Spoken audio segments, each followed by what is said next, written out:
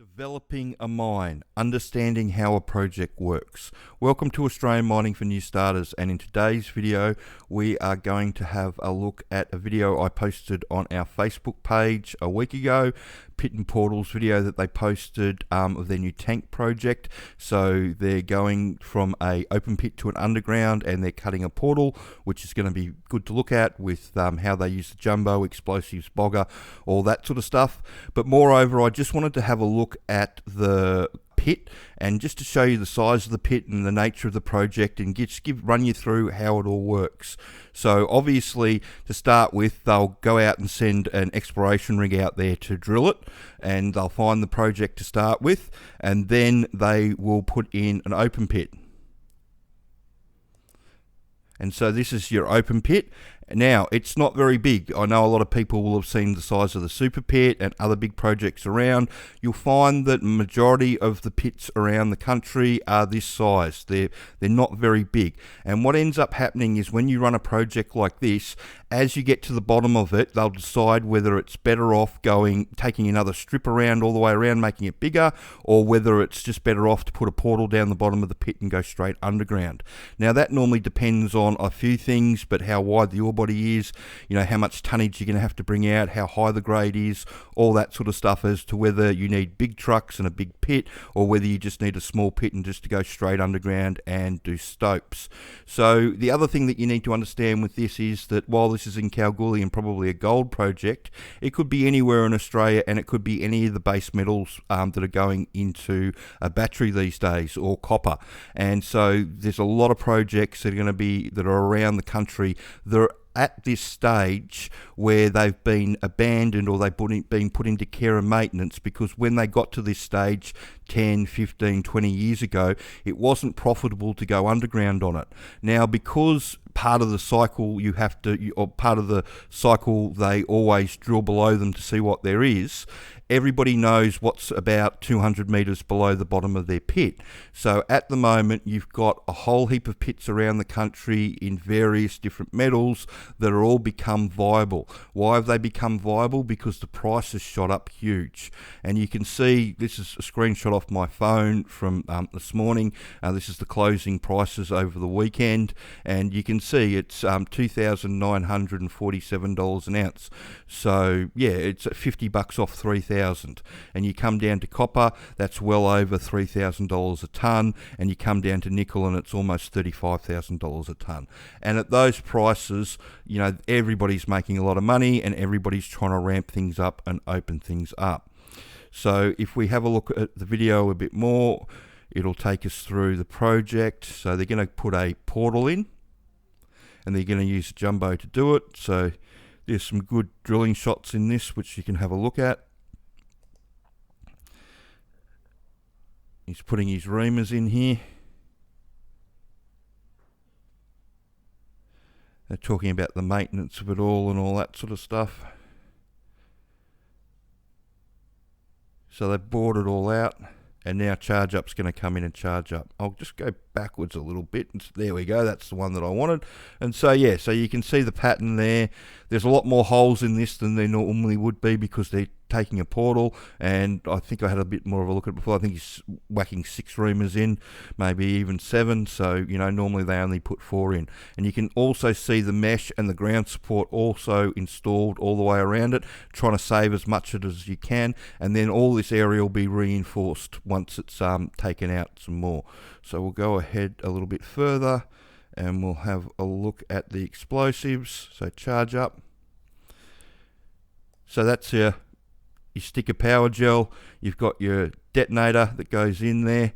You put it in, face it backwards, and you put it in the hole, or you place it in the hole. There it goes.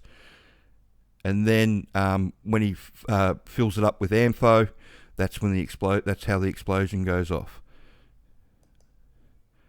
So I went a bit far.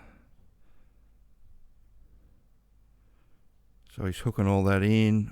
Where's the one that I want? Yep. So he's put all the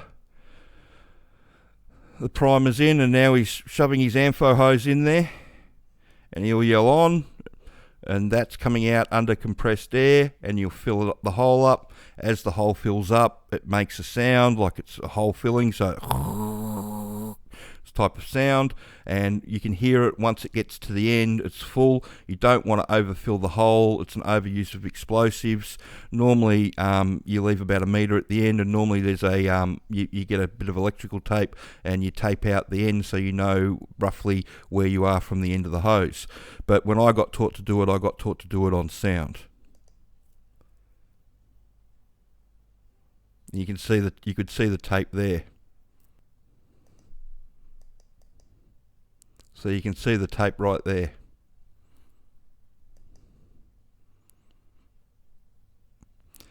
So he's hooking it all in with green cord. It's not green anymore. Det cord.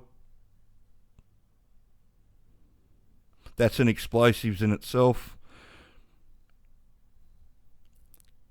So they'll make sure he's just wiring it all in, and he's having a look. It's really important that you have a look just to make sure that you've got it all wired in properly. If you leave one out, it's going to make a great big mess. So it's really important that you have a good look, which he's done.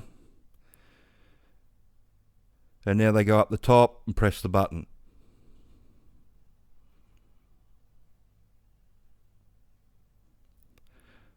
So key goes in, makes it live, press the red button, and bang, bang, bang, bang, bang.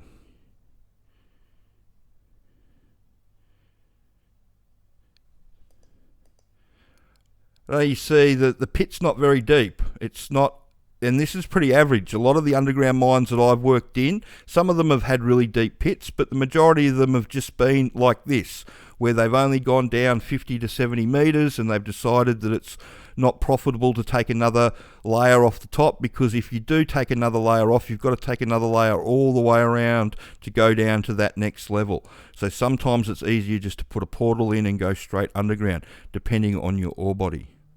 And like I said, there's a lot of these pits all over the country that are all ready to go, and they already know what's 200 metres below them, so they'll be all making case studies to get them up and running.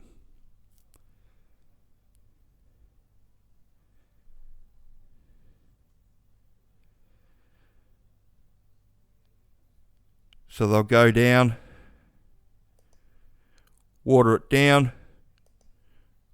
Really important to water it down.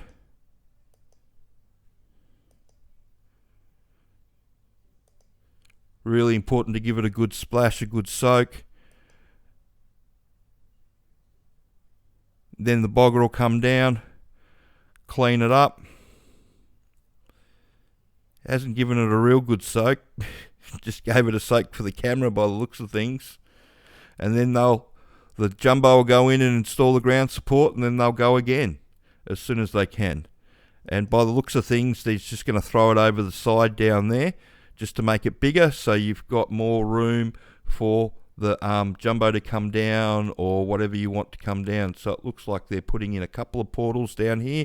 So they're putting one down here and one up here as well.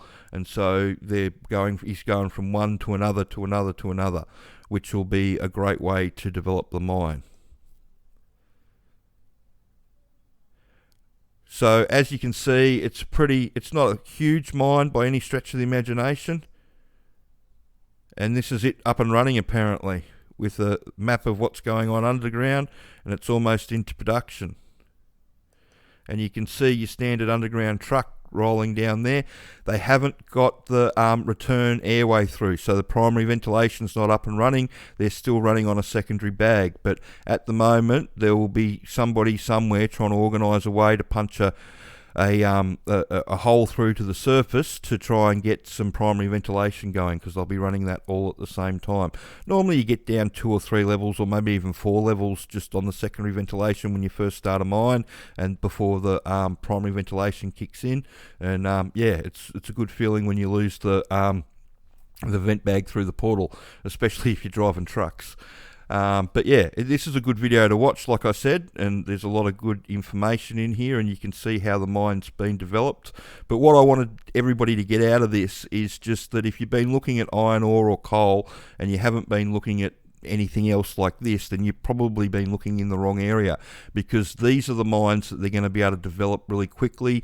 This is the metals that are in demand. You only have to go over to our map of Australia with all the mines that are loaded up for gold and base metals around the country to see where all the opportunities are. You can see them all through here. If you type underground into Seek, you can see all the jobs come up. This is only rigged up for 7 days because I'm about to do the job hunt video. But as you can see, there's heaps of work all over the country.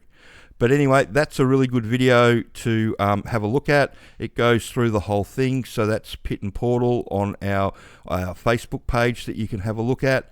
And I just wanted to take you through and just show you how the projects get up and running, and the fact that there's all these pits around the country that they already know what's underneath them. And as they become profitable and more profitable, and at almost $3,000 an ounce, that's very profitable. A lot of these pits are going to just go straight into underground. And that's where the majority of the jobs are. Unfortunately, surface has gone automated where they can with strip mining. They can get away with not using any truck drivers anymore on a lot of those mine sites. So it's just one of those things that if you want a good long-term job, then the hard rock underground industry is the way to go. So I hope you found that information helpful, and if you could share this video around and like it and subscribe to the channel, that would be wonderful. Thanks.